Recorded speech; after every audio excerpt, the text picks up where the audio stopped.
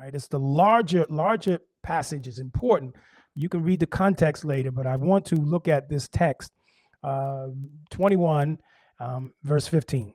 And I'm reading from the New King James Version. It says, so when they had eaten breakfast, Jesus said to Simon Peter, Simon, son of Jonah, do you love me more than these?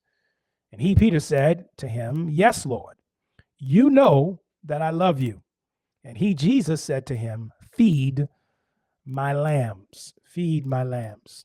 I'm going to read that one again, once again.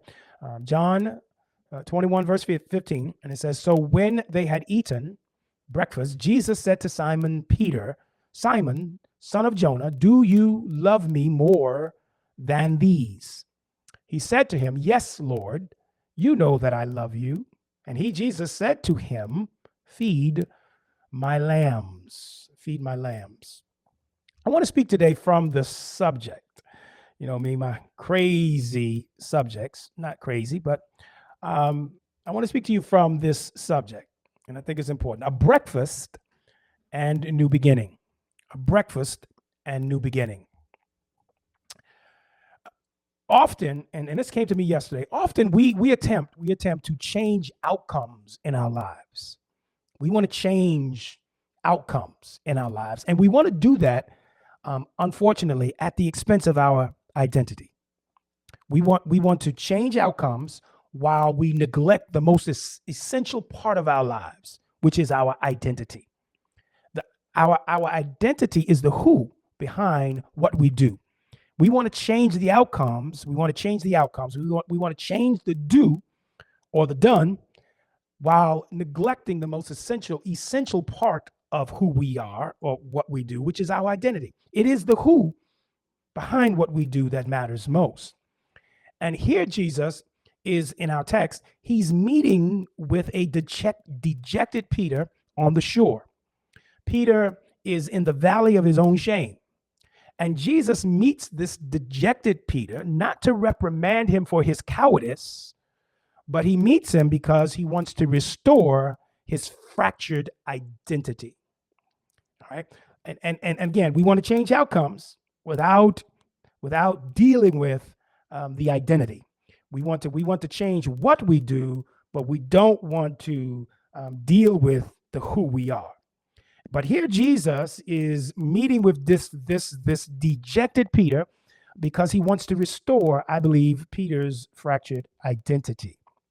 And this is pivotal. Why? Because knowing who we are in Christ is indispensable to what he does with and through our lives. Knowing we are loved, knowing we are saved, knowing we are blessed, knowing we are chosen influences how we show up in the world. Because when we know these things, loved, saved, blessed, chosen, knowing these privileges, it will also give us the impetus, if you would, to embrace the duties that come with this privilege. There are duties. There's a duty that comes with the privilege of being loved and saved and blessed and chosen. Who we are loved, we are saved, we are blessed, we are chosen. And that privilege of being loved, saved, blessed, and chosen comes with a duty.